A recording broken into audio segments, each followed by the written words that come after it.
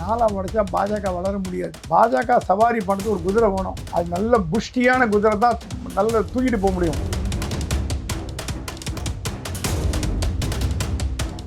இப்போ டிஎம்கே வீட்டுக்கு அனுப்பணும்னா கூட்டணி சேர்ந்து போட்டி போட்டு அதுக்கப்புறம் திமுகவை காலி பண்ணிட்டு அப்புறம் அதிமுக பார்த்துக்கலாம்.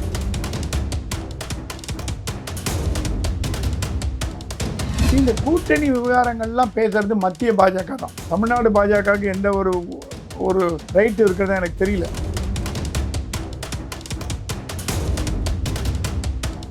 செங்கோட்டை என்ன சொல்றாருன்னா, அடுத்த ஆட்சியை பிடிக்க வழியை பாருங்கப்பா. சும்மா இது மாதிரி நீ தலைவர் நான் தலைவர் நீ தலைவர் நீங்க தான் வாழும் எம்ஜிஆர் வாழும் ஜெயலலிதா இந்த கோஷெல்லாம் கேட்டு புளிச்சு போச்சு. இப்போ ஜனங்களுக்கு இதெல்லாம் பிடிக்க மாட்டேங்குது.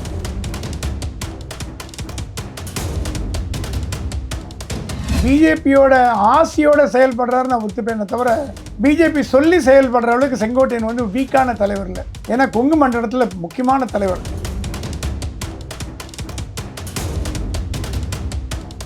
எடப்பாடிக்கு இடியாப்ப சிக்கல் வரும். ஏன்னா இவர் கூட்டணி வேணாங்கிறாரு, ரெண்டாம் கட்ட தலைவர்ல வேணுன்றாங்க. செங்கோட்டையன் முறுக்கிட்டு போயிட்டாரு. இந்த மாதிரி நேரத்தில் அவர் கை கொடுக்கக்கூடியவர் ஓபிஎஸ்.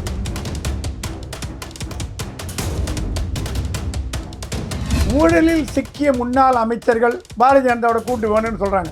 ஊழல் கரை படியாத அதிமுக முன்னாள் அமைச்சர்கள் ஓஎஸ் மணியன் மாதிரி கேபி முன்சாமி மாதிரி அவங்கெல்லாம் வந்து கூட்டணி வேணான்றாங்க. ஏன்னா அவங்க எந்த பயம் கிடையாது.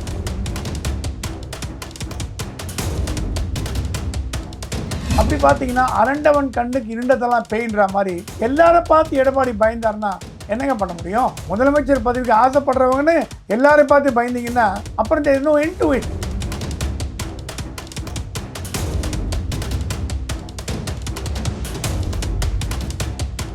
எல்லோ பெஞ்ச் நேயர்களுக்கு வணக்கம். இன்னைக்கு நம்ம கூட மூத்த பத்திரிகையாளர் பிரகாஷ் எம் சுவாமி சார் இருக்காரு. அவர்கிட்ட கேட்க நிறைய கொஸ்டின்ஸ் இருக்கு, வாங்க கேட்போம்.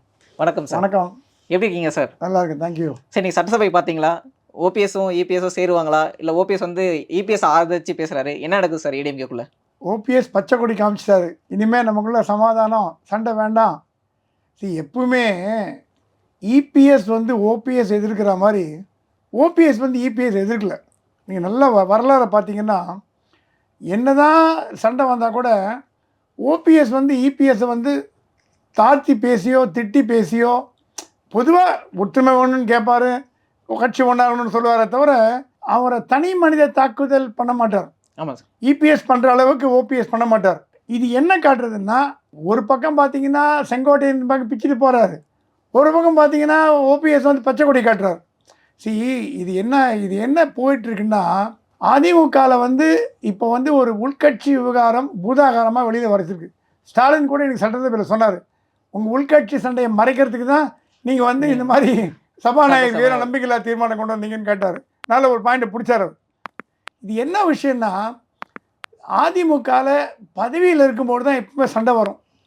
பதவி கோட்சி பூசல்ங்கிறது பதவியில் இருக்கும்போது வரும். அந்த பவருக்காக முக்கியமான ஒரு ஃபேக்டர். பதவியில் இருக்கும்போது சண்டையே இல்லை. ஓபிஎஸ் இபிஎஸ் ஒன்றா செயல்பட்டாங்க.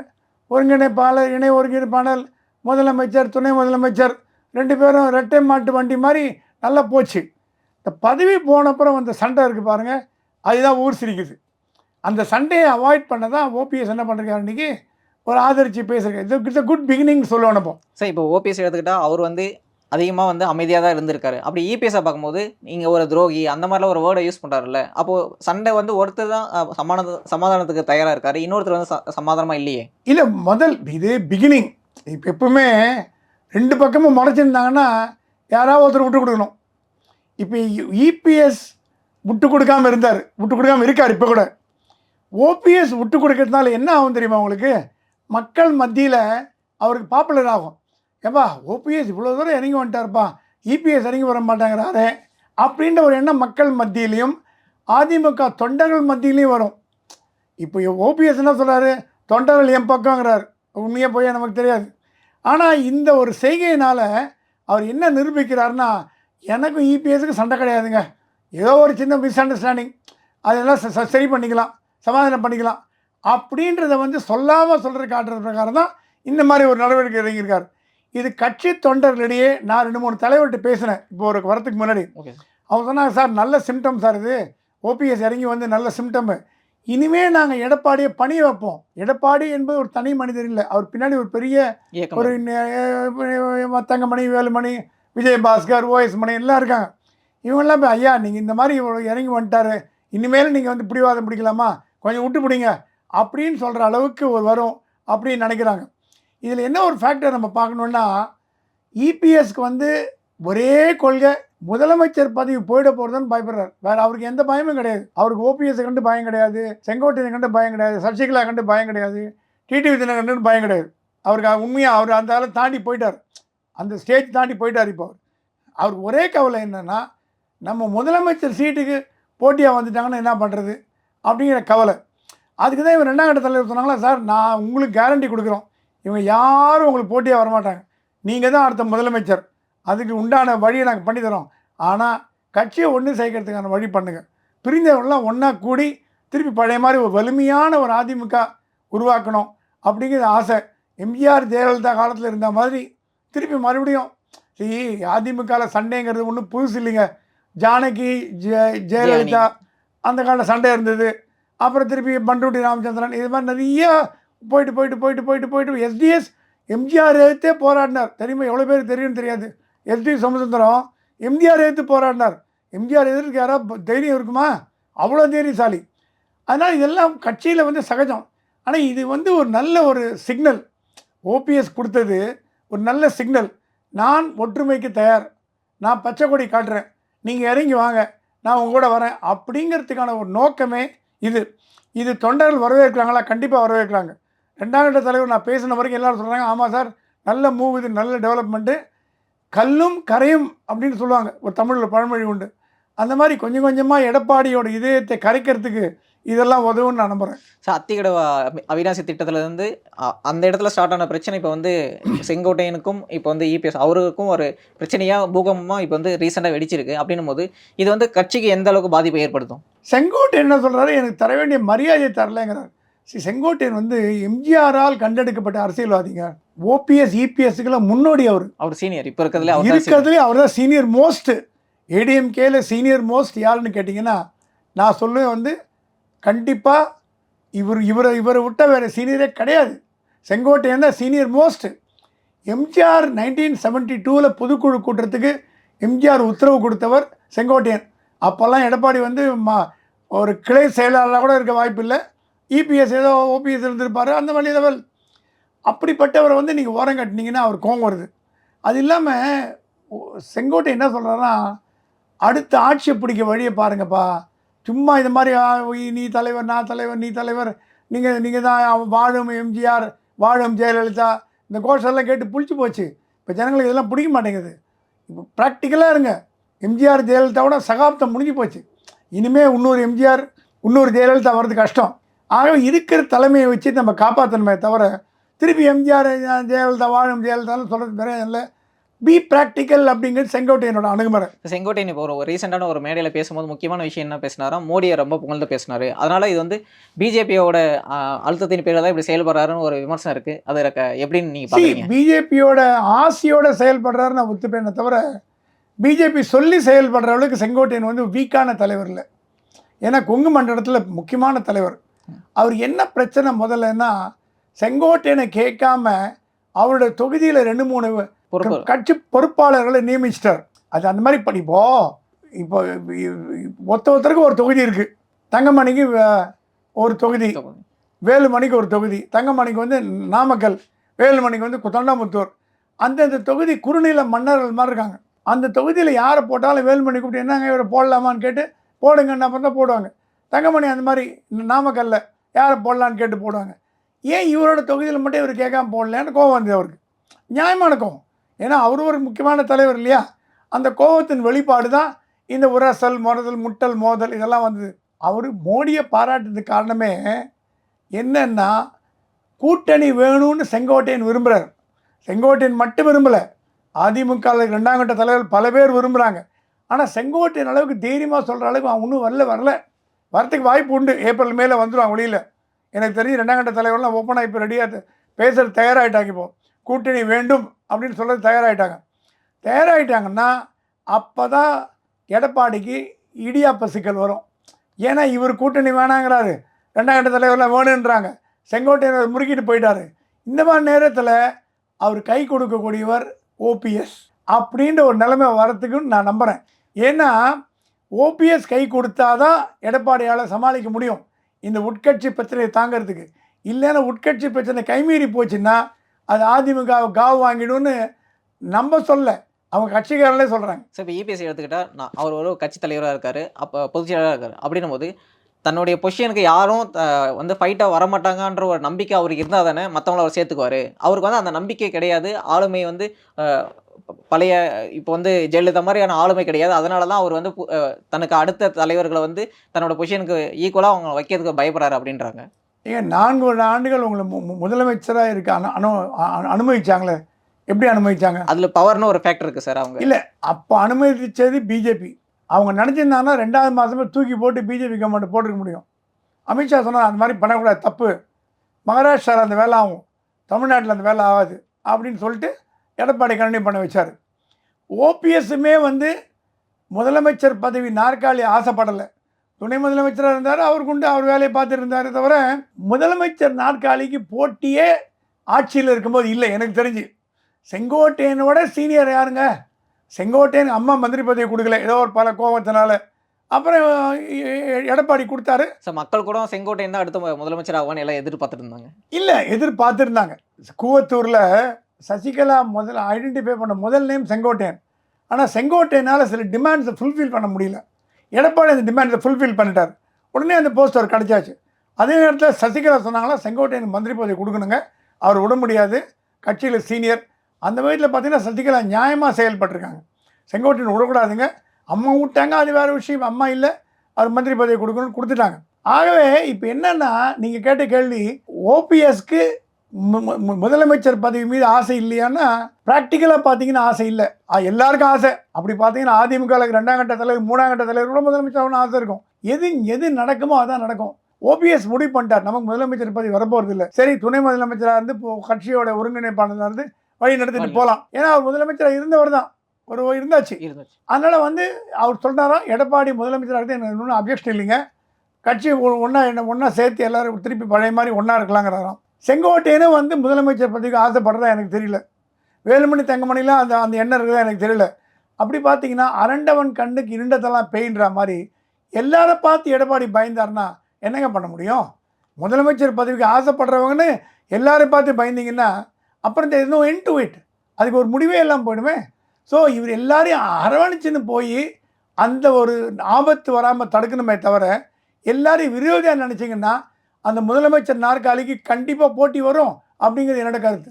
ஸோ 2024 எலெக்ஷன்ஸை எடுத்துக்கிட்டா அந்த எலெக்ஷன்ஸ்க்கே நான் மிகப்பெரிய கூட்டணி அமைப்பேன் அப்படின்னு சொல்லியிருந்தார். அந்த கூட்டணி அமையாத போது அவருக்கு மேலே இருக்கிற அவருடைய ஆளுமை மேலே இருக்கிற அவருடைய தலைவர் பொறுப்புக்கு இருக்கிற கொஷின்ஸ் வந்து நம்ம எழுப்பிட்டே இருக்கும்ல. நீங்கள் ஏன் ஒரு வலுவான கூட்டணி அமைக்கலை அப்படின்றது?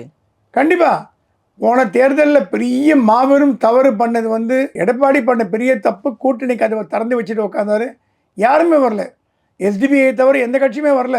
இவர் காங்கிரஸ் ஒரு நினச்சார், அது ஒரு நினச்சார், ஒன்றும் வரல. கடைசியில் வாஷ் அவுட் ஆகிடுது. இப்போது அதான் தங்கமணி வேலுமணியே சொல்கிறாங்களாம், ஏங்க பாராளுமன்ற தேர்தலில் பிஜேபியோட கூட்டணி வச்சுருந்தீங்கன்னா ஒரு 15-20 சீட்டாவது வந்திருக்கும். ஸ்டாலின் சொன்னாமல் 40க்கு 40ன்னு வந்திருக்காது. ஒரு 20 சீட்டு 15 சீட் பிடிச்சிருக்கலாம். எஸ்டிபிஐனால் அதுவும் போச்சு. மைனாரிட்டி ஓட்டு எப்படியும் வரப்போகிறது இல்லை. மைனாரிட்டி ஓட்டெலாம் வந்து சாலிடாக டிஎம்கேக்கு போகும். எனக்கு தெரிஞ்சு நான் 50 வருஷமாக அரசியல் பார்த்துட்டு வரேன். மைனாரிட்டி ஓட்டு முதல் எம்ஜிஆர் இருந்த வரைக்கும் அதுக்கு விஷயம் வேறு, ஜெயலலிதா இருந்த ஒரு விஷயம் வேறு. அவங்க ஒரு பெரிய ஆளுமை, அவங்க ஆளுமை, அவங்களுக்கு மைனாரிட்டி வந்து துணிஞ்சு ஓட்டு போட்டாங்க. இப்போ நீங்கள் பாஜகவோட கூட்டணி வச்சுட்டு நீ கூட்டணி முடிச்சுட்டு வெளியில் வந்து நான் கூட்டணி இல்லைன்னு சொன்னால் கூட யாரும் நம்ம தயாராக இல்லை. ஸோ உங்களுக்கு பாஜக ஓட்டும் போச்சு, இந்துக்கள் ஓட்டும் போச்சு, சிறுபான்மையினர் ஓட்டும் போச்சு. சிறுபான்மையினர் எனக்கு தெரிஞ்சு முதல்ல போடுறது டிஎம்கேக்கு தான் போடுவாங்க, 2வது காங்கிரஸுக்கு போடுவாங்க, 3வது கம்யூனிஸ்ட்டுக்கு, அந்த மாதிரி தான் அந்த ஆர்டர் ப்ரிஃபரன்ஸே அப்படி தான் அவங்க போடுறது. பாஜகக்கோ அதிமுகவுக்கு இப்போ இருக்கிற கரண்ட் அதிமுகவுக்கு போடுறதால. அதனால் சொன்னாங்களா, நீங்கள் வந்து பாஜகவும் பகைச்சிக்கினீங்க, சிறுபான்மையினரும் பகைச்சிக்கினீங்க, எப்படிங்க வியாபாரம் பண்ண முடியும் தமிழ்நாட்டில் அப்படின்னு எடுத்து சொல்லியிருக்காங்க. அதனால தான் அவர் 3 மாதம் டைம் கேட்டிருக்காரு. ஸோ இப்போ இபிஎஸ் கூட 2 முக்கியமான பீப்பிள் இருக்காங்க. நார்தர்ன் சைடுல பெல்ட்ல இருக்கிற லீடர்ஸ் வந்து என்ன சொல்றாங்கன்னா, நம்மளுக்கு பிஜேபி கூட்டணி வேணும், வேண்டாம் அப்படின்னு சொல்ற மாரி ஒரு குரூப் ஆஃப் பீப்பிளும், இப்போ வெஸ்ட் சைடுல இப்போ கொங்கு ரீஜன்ல இருக்கவங்க நம்ம பிஜேபி கூட்டணிக்குள்ள போணும். ஒரு குரூப் ஆஃப் பீப்பிள் வந்து அவங்க வந்து பிஜேபி கூட்டணி வேணாம்னு சொல்றாங்க. இன்னொரு குரூப் ஆஃப் பீப்பிள் பிஜேபி கூட்டணி தான் நம்மளுக்கு வேணும் அப்படின்னு சொல்றாங்க. அப்ப சென்ட்ரல் அவர் என்ன முடிவு எடுப்பாரு? ஒரு கட்சின்னு பார்த்தீங்கன்னா பலவிதமான ஒப்பீனியன் வரும். இப்போ திமுகவில் பார்த்தீங்கன்னா பல 2ஆம் கட்ட தலைவர்கள் விசிக கூட்டணி வேணான்ற ஓப்பனாக சொல்கிறாங்க. அது இன்றைக்கி விசிக வேறு பாஜகவை ஆதரிச்சிருக்கு. இன்றைக்கி இப்போ மத்தியானம் வந்த செய்தி பிரகாரம் பாஜக ஆதரிச்சிருக்கு. பாஜக ஆதரிக்க விசிகாவோட திமுக போகுமா போகாதா முதல் கேள்வி. அது 2ஆம் கட்ட தலைவர் சொன்னாங்களா, என்ன தலைவரை இந்த மாதிரி பண்ணுறீங்க, நான் பாஜக போய் ஆதரிக்கிறேன், அவரோட போய் கூட்டணி வச்சுருக்கீங்களேன்னு. இது எல்லா கட்சியிலும் நடக்கிறது தான். அதிமுகவுக்கு மட்டும் புதுசு இல்லை. திமுகலேயும் 2ஆம் கட்ட தலைவர் பேசுவாங்க, அதிமுக 2ஆம் கட்ட தலைவர் பேசுவாங்க. அதிமுகவில் குரல் அதிகமாக ஒழிக்கிறதுக்கு காரணம் எதிர்கட்சியாக இருக்கிறதுனால. இப்போ ஸ்டாலின் வந்து இரும்புக்கரம் கொண்டு அடக்குவார் கட்சியை. ஸ்டாலின் திமுக வச்சிருக்கிற அளவுக்கு எடப்பாடி அதிமுக வச்சிருக்காருன்னா இல்லைன்னு தான் நான் சொல்லுவேன். ஏன்னா அந்த அளவுக்கு ஸ்டாலின் கட்டுப்பாடோடு வச்சுருக்காரு. இங்கே கட்டுப்பாடு இல்லை. நீங்கள் கேட்கலாம் south, north, belt, Kongu belt, அது எல்லாமே அப்படி தான் இருக்கும். ஏன்னா இப்போ தங்கமணி வேலுமணிலாம் இப்போ நான் எப்படி பிரிக்கிறேன். ஊழலில் சிக்கிய முன்னாள் அமைச்சர்கள் பாரதிய ஜனதாவோட கூட்டு வேணும்னு சொல்கிறாங்க. ஊழல் கரை படியாத அதிமுக முன்னாள் அமைச்சர்கள் ஓஎஸ் மணியன் மாதிரி, கேபி முன்சாமி மாதிரி அவங்கெல்லாம் வந்து கூட்டணி வேணான்றாங்க. ஏன்னா அவங்க எந்த பயம் கிடையாது. இவங்களுக்கு என்ன பயம்னா, பாஜகவோட பகைச்சுன்னா நான் நம்ம மேலே வழக்கு பாஞ்சா என்ன பண்ணுறது, இடி வந்தால் என்ன பண்ணுறதுன்ற பயம். அந்த பயத்தில் சொல்கிறாங்க. இப்போ சென்ட்ரல் கவர்மெண்ட் எடுத்துக்கிட்டால் அவங்களுக்குன்னு ஒரு எலெக்ஷன் கமிஷன் ஒரு பவர்ஃபுல் இடம் இருக்குது. அப்படின்னும் போது அதை யூஸ் பண்ணி இங்கே வந்து பிரிஞ்சிருக்கிற ஏடிஎம்கேவை ஒன்றா சேர்த்து அடுத்த எலெக்ஷன்ஸ் போகணுன்னு அவங்க விருப்பப்படுறாங்களா? மத்திய அரசாங்கம் வந்து மத்திய பாஜக என்ன நினைக்குதுன்னா, ஒன்றுபட்ட அதிமுக தான் தமிழ்நாட்டுக்கு நல்லதுன்னு நினைக்குது. நீங்கள் கேட்கலாம், எப்படிங்க பாஜக வந்து ஒன்றுபட்ட அதிமுக பண்ண முடியும்? மகாராஷ்டிராவில் சிவசேனா உடைச்சாங்க, மற்ற ஊர்லலாம் உடைச்சிட்டு வராங்க. தமிழ்நாட்டில் மட்டும் எப்படிங்க உடைக்காமல் இருப்பாங்க? ஒரு 4ஆக உடைச்சா தான் நல்லதுன்னு. 4ஆக உடைச்சா பாஜக வளர முடியாது. பாஜக சவாரி பண்ணுறதுக்கு ஒரு குதிரை வேணும். அது நல்ல புஷ்டியான குதிரை தான் நல்ல தூக்கிட்டு போக முடியும். சரி, இப்போ வந்து ஏடிஎம்கே எடுத்துக்கிட்டால் ஏடிஎம்கே ரொம்ப ஸ்ட்ராங்காக இருந்தால் அவங்க வந்து ஒரு ஆப்போசிஷன் பார்ட்டி அங்கே வளர முடியாதுல்ல. அப்புறம் ஏடிஎம்கே வீக்காக தானே பிஜேபி வளர முடியும். முதல் அமித்ஷாவோட முதல்ல டிஎம்கே வீட்டுக்கு அனுப்பணும். டிஎம்கே வீட்டுக்கு அனுப்புறதுக்கு பாஜக தனியாக போட்டி போட்டு அதிமுக தனியாக போட்டி போட்டால் வேலைக்கு ஆகாது. கண்டிப்பாக ஜெயிக்க போகிறதில்ல. ஸோ டிஎம்கே வீட்டுக்கு அனுப்பணும்னா கூட்டணி சேர்ந்து போட்டி போட்டு அதுக்கப்புறம் திமுகவை காலி பண்ணிவிட்டு அப்புறம் அதிமுக பார்த்துக்கலாம். அது அப்புறம் அடுத்த கணக்கு. முதல் கணக்கு திமுக வீட்டுக்கு அனுப்பணும். இப்போ இதே மாதிரி இருந்து வச்சுங்க, அடுத்த தேர்தல் திமுக வந்துடும்.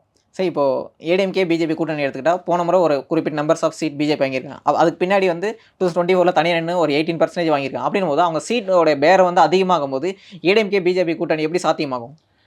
ஏடிஎம்கே கூட்டணி முதல்ல கூட்டணி வருதான்னு முடிவு பண்ணோம், அப்புறம் தான் சீட்டு பற்றி பேச முடியும். கூட்டணி வருதா இல்லையாங்கிறது முதல்ல உறுதியானோம், அதுக்கு பிறகு முடிவு பண்ணோம். இந்த கூட்டணி விவகாரங்கள்லாம் பேசுகிறது மத்திய பாஜக தான். தமிழ்நாடு பாஜகவுக்கு எந்த ஒரு ரைட்டு இருக்கிறதா எனக்கு தெரியல. கூட்டணி எவ்வளோ இப்போது போன தேர்தலே 10-5 அப்படின்னு முடிவு பண்ணதெல்லாம் வந்து மத்திய பாஜக தான் முடிவு பண்ணுது. ஸோ மத்திய பாஜக வந்து இந்த பிளான் கையில் எடுத்து எவ்வளோ சீட்டு போடலாம், கூட்டணி அரசாங்கம் வேணுமா தனியாக வேணுமான்னு முடிவு பண்ணோம். கூட்டணி அரசாங்கம் வேணும்னா இவங்க 100 சீட்டு வரைக்கும் அதிமுக கூட சேர்ந்து போட்டி போடுவாங்க. பாரதிய ஜனதா கட்சி 100 சீட்டு வரைக்கும் போட்டு போடலாம்.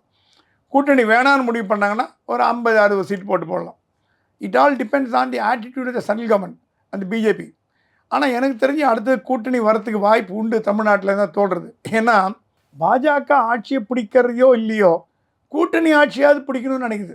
அண்ணாமலை ஒரு துணை முதலமைச்சராக உட்காந்தாருன்னா கொஞ்சம் ஸ்ட்ராங்காக இருக்கும் அப்படின்னு நினைக்குது.